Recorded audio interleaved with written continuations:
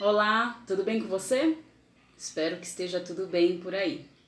Hoje nossa segunda aula do curso de formação de professores. É um projeto para você que é recém-formado ou está fazendo alguma licenciatura. Uma visão minha, uma visão de uma professora que já tem um tempo já de experiência e nesse projeto eu quero passar para você as minhas experiências de sala de aula, as concepções que eu tenho e das minhas vivências. E aí um curso gratuito, onde você pode fazer suas anotações, tirar dúvida. E se inscrevendo no canal, você pode colocar aí seus comentários, seu like. E aí a gente conversar a respeito desse mundo da aprendizagem, do ensino, da escola, professores e etc. Antes de começar a nossa segunda aula hoje, eu queria falar um pouquinho da nossa primeira aula. Se você não assistiu a primeira aula, pausa aqui, vai lá e assiste a primeira. Mas lá eu comentei sobre uma disciplina que seria necessária, pelo menos no meu ponto de vista, que seria a inteligência emocional e coaching educacional. E aí, mostrando para uma amiga, né, que também é da área, ela falou: Ju, mas muitas vezes os professores, eles não vão ter essa disciplina, né, num curso de licenciatura, isso é fato, né? E como que eu faria para conseguir estudar isso sozinha, né?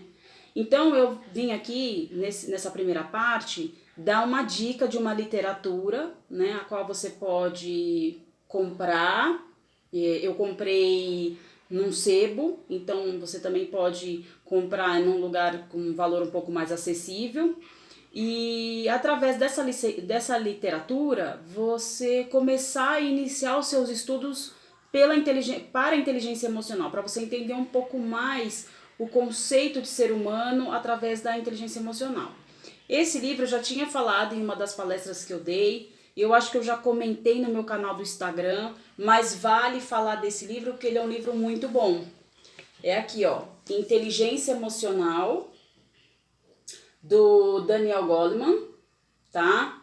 Esse livro aqui tá pela editora Objetiva. Eu comprei esse livro num sebo, tanto é que você pode ver que ele tá mais amareladinho, mais um pouquinho mais passadinho, mas um livro muito interessante. E aí o professor ele pode iniciar os seus estudos através deste livro. Então tá aqui, ó, Inteligência Emocional do Daniel Goleman, tá?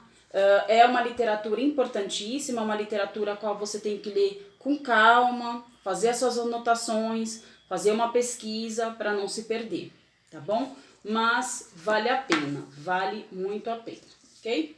Outra dica que eu também queria deixar aqui, antes da gente iniciar a segunda aula, é para uma vida intelectual. Eu comentei também no vídeo passado, né, a importância dos professores, independente da licenciatura que ele estiver fazendo, ter uma vida intelectual, né? Fazer leituras de várias possibilidades, né? Desde a literatura, a filosofia, a história da matemática, a história da ciência, a sociologia, ser realmente um estudioso, né? Entender a realidade através dos livros. E eu te dou mais uma dica, que é essa daqui, ó, do João de Fernandes Teixeira, Por que Estudar Filosofia, né? Um livrinho da Paulus, também não tô ganhando nada, viu? Objetivo e Paulus, nada eu ganho. Mas uma referência bibliográfica bem bacana, né? Por que que nós temos que estudar filosofia? Ele nos mostra alguns conceitos da filosofia nesse livro, muito legal. Inclusive o Doutor João, né? Sim, Doutor João, eu acho que ele, deixa eu ver aqui, porque eu não, Dr. João, né, de Fernandes Teixeira. Ele tem outros livros muito interessantes, inclusive depois eu vou mostrar num outro vídeo um também que eu gostei muito dele, que também entra junto com essa literatura. Num próximo vídeo eu falo para vocês qual é o livro, mas é muito interessante. Os livros do João de Fernandes são livros fáceis, práticos para entender, e a referência bibliográfica que ele nos dá aqui atrás do livro também ajuda nessa questão intelectual. Então, depois que você lê esse livro, você pode ver na referência bibliográfica um outro livro que lhe interesse, né, na área de filosofia, história, sociologia, psicologia, e também dá continuidade à leitura, Então tá aqui 2 dicas importantíssimas. Hoje a nossa aula, que é a segunda aula, nós vamos falar um pouquinho de rotina dos professores. E eu quero aqui nessa aula quebrar alguns paradigmas que eu vejo que algumas licenciaturas fazem, né? De romantizar a vida do professor em sala de aula. E achar que o professor, muitas vezes, ele só precisa planejar sua aula, entrar na sala de aula, dar aula e sair fora, né? E pronto. Ele já fez a sua parte. E poucas licenciaturas mostram de verdade qual é a rotina desse professor, de uma forma integral e tudo aquilo que ele precisa e deve fazer. Então eu coloquei várias coisas que um professor faz, eu me lembrei aqui das atividades a qual eu já participei e já fiz, de amigos, de vivências em escola, e caso você lembre de mais alguma, põe aí no seu comentário, por favor, que é uma coisa que engrandece, né, os nossos conteúdos, e a gente pode também compartilhar num próximo vídeo essa informação que você trouxe. Então, vamos lá.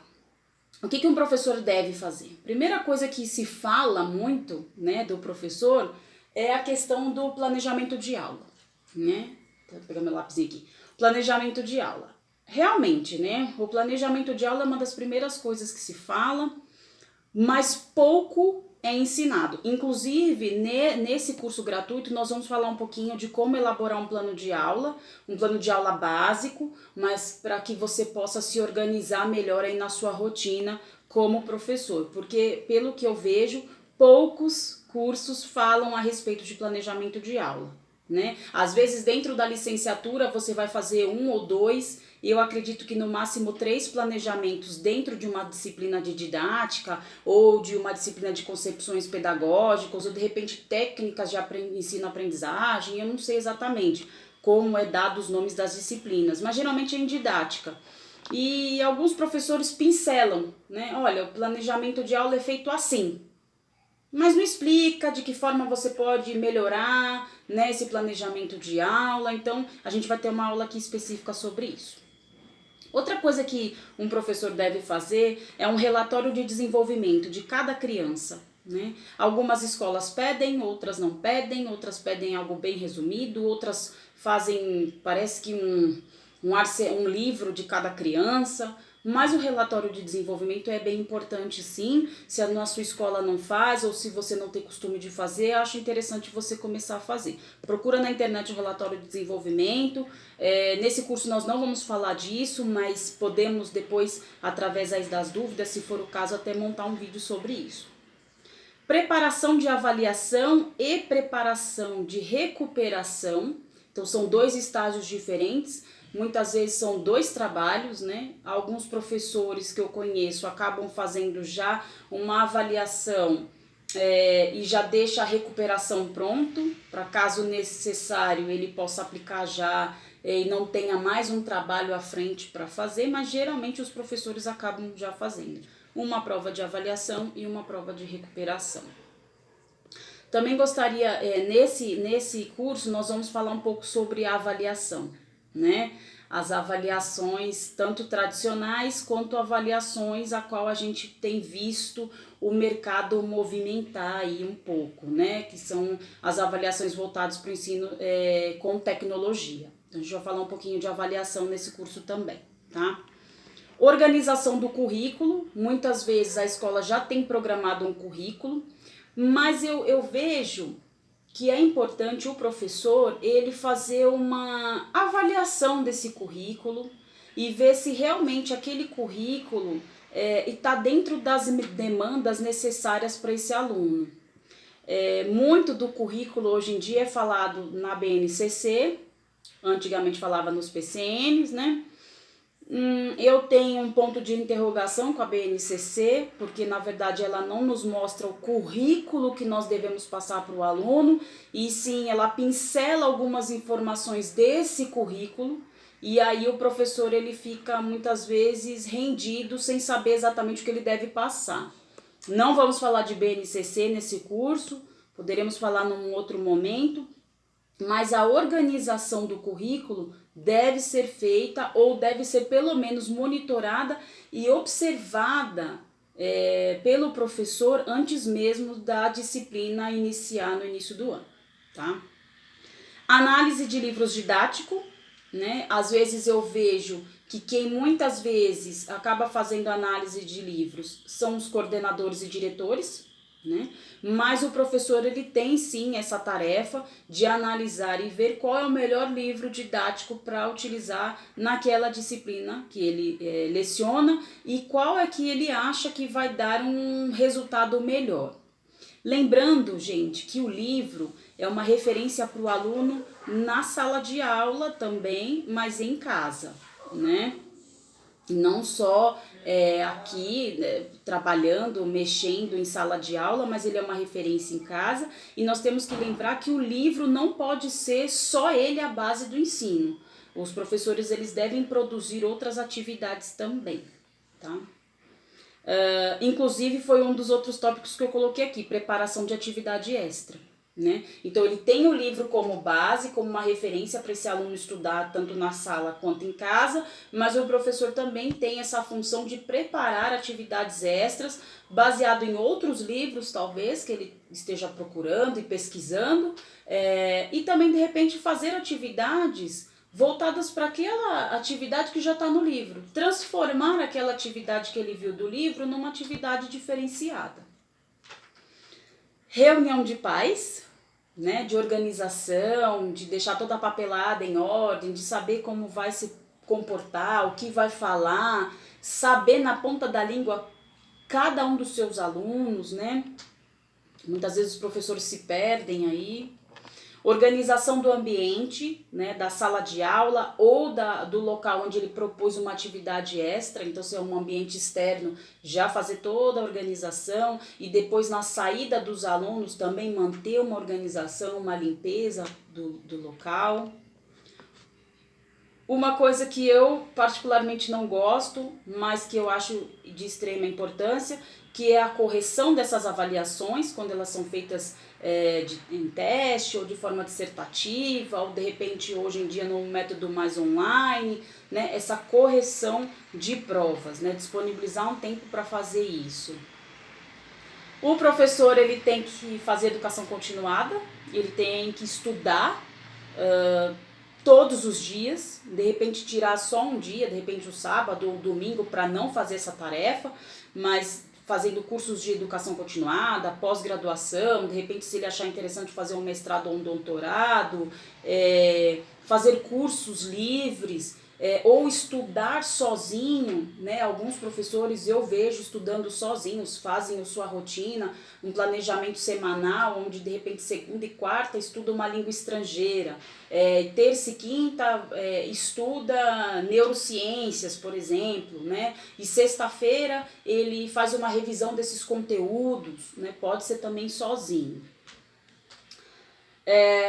Responsabilidade da chamada e organizações dos diários, independente se esses diários hoje forem de papel ou diários online, né? Algumas escolas trabalham, principalmente escolas particulares trabalham com diário online, mas manter essa organização sempre, né? De quem realmente faltou, o que foi dado em sala, a lição de casa que foi pedido para os alunos fazerem e tudo mais. Calendários, algumas escolas deixam essa tarefa para o coordenador pedagógico fazer, mas eu ainda vejo professores, mesmo em colégios particulares, fazendo o calendário anual, juntos às vezes. Muitas vezes o calendário anual está pronto, mas ele faz alterações de acordo com a disciplina dele, e aí depois passa para o coordenador. Ou simplesmente observar o calendário e seguir o calendário, né? Observação e anotação de tarefa de casa.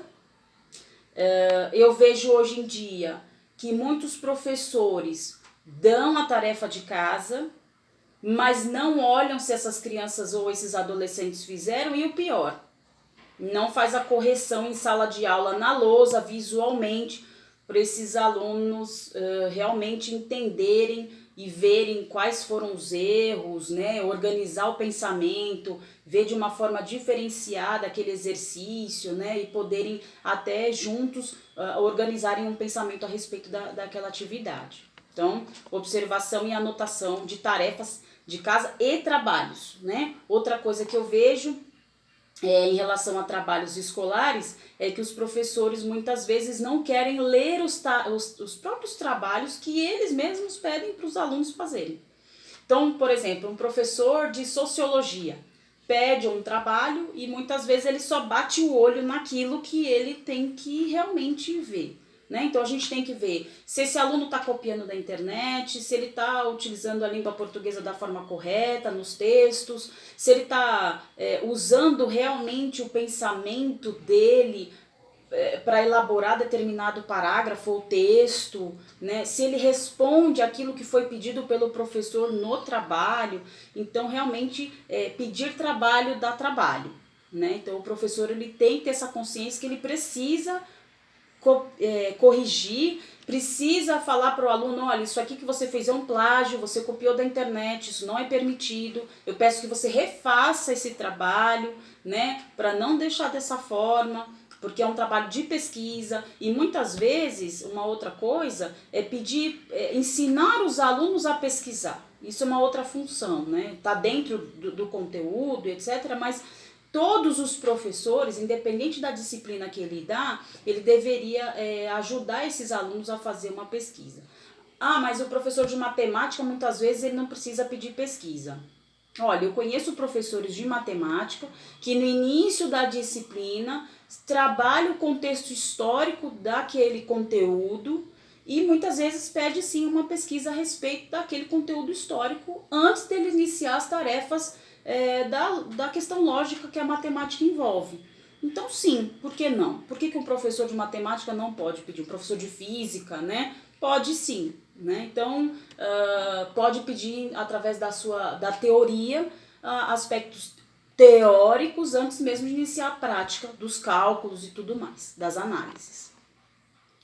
Agenda, professores devem ter um certo controle de agenda. Então o aluno fez a tarefa, o aluno não fez a tarefa, mandar um recado para o pai, pedir para o coordenador pedagógico muitas vezes escrever na agenda se for necessário, ou se for assim a hierarquia da escola. Então tem um certo controle de agenda. Né?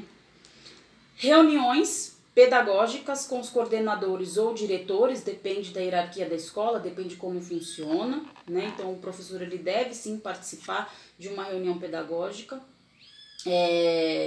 Para conversar a respeito, olha, a minha disciplina está indo nesse ritmo, eu vou conseguir ou eu não vou conseguir dar determinado conteúdo, eu vejo que em determinada sala eu consigo avançar mais, em outra não. Eu acho que o professor, ele, nessas reuniões, é a melhor forma dele expor aquilo. E uma das coisas que eu vejo muitas vezes é que os professores veem os coordenadores pedagógicos às vezes como inimigos, né? E não é dessa forma. A gente tem que ver, é uma parceria, né? Nós dependemos do coordenador, assim como o coordenador depende do nosso trabalho. Então nós temos que ter parceria e sermos o mais justos possíveis dentro daquilo que a gente olha. Eu quero expor, eu preciso expor, eu estou tendo dificuldade. Muitas vezes os professores têm vergonha de falar que está com dificuldade de conseguir dar aquele conteúdo naquele período, e é uma coisa que o professor ele precisa se organizar e passar, né? Até para que o coordenador possa dar um suporte para ele nessa disciplina, principalmente se são recém-formados. Né? Principalmente se esse professor que iniciou, ele é recém-formado, ele tem pouca experiência, o estágio probatório dele foi muito básico, muito fraco, ele precisa de um respaldo sim do coordenador pedagógico para isso. O professor também participa de atividades comemorativas e muitas vezes a sua organização, então de repente às vezes atividades do calendário, como, sei lá, se é uma escola religiosa, algumas atividades, feriados religiosos ou atividades do folclore e tal. O professor vai lá e participa dessas atividades também, né? Então, por exemplo, Páscoa, Dia dos Pais, Dia das Mães, né? Festa junina, tem todas essas atividades que muitas vezes os professores têm que participar. Algumas escolas não têm isso, né? Algumas escolas, dependendo do cunho religioso, não vão ter esses tipos, vão ter outras atividades, mas o professor acaba participando. E em alguns casos, algumas escolas escolhem determinados professores para ser tutores de turma. Então, ele é responsável pelaquela turma, pela observação maior daquela turma, como é o comportamento, como que estão indo determinados alunos em determinadas disciplinas, e esse professor ele é responsável de passar para a coordenação e também de falar com os pais sobre o andamento da turma e de determinados alunos. Aqui é o que eu vi da grande maioria da rotina dos nossos professores e de parte da rotina de grandes amigos e pessoas a qual eu convivo nesses últimos 20 anos de sala de aula. Então, mais ou menos para não romantizar muito e dizer que ser professor depende de dom. Eu acho que professor tem que ter dom, sim. Não são todos que são professores e muitas vezes eu vejo profissionais que às vezes, para ganhar um extra fala que é professor, né? Então nós temos que quebrar algumas coisas e ver. O professor, ele tem que ter o dom, mas é uma profissão. E sendo uma profissão, ele precisa ser muito bem preparado, assim como qualquer outra profissão, né? E não podemos romantizar isso. E os professores ou as pessoas que estão dispostas a serem professores, lembrarem que existe sim uma grande quantidade de conteúdo para se estudar. O professor ele é um eterno pesquisador e além disso tem rotinas de grande trabalho. Não achar que de repente qualquer pessoa pode virar professor e que vai achar que vai só entrar em sala de aula e passar o seu conteúdo, o seu conhecimento. Estou passando aqui nessa aula para te dizer que a rotina do professor vai muito mais além do que de repente 25, 30, 40 ou 50 horas em sala de aula. Muito desse trabalho que eu passei aqui para você é feito em casa também. Então que nós possamos valorizar os nossos professores, porque o trabalho é árduo e ensinar no Brasil é muito difícil, mas isso aqui é um conteúdo para você ver que a rotina é muito mais do que as pessoas acham que é. Na próxima aula, eu espero você aqui. Se inscreve no canal, faz seu comentário, dá o seu like e a gente se vê. Um super abraço, satisfação em vê-lo aqui. Beijo, até mais.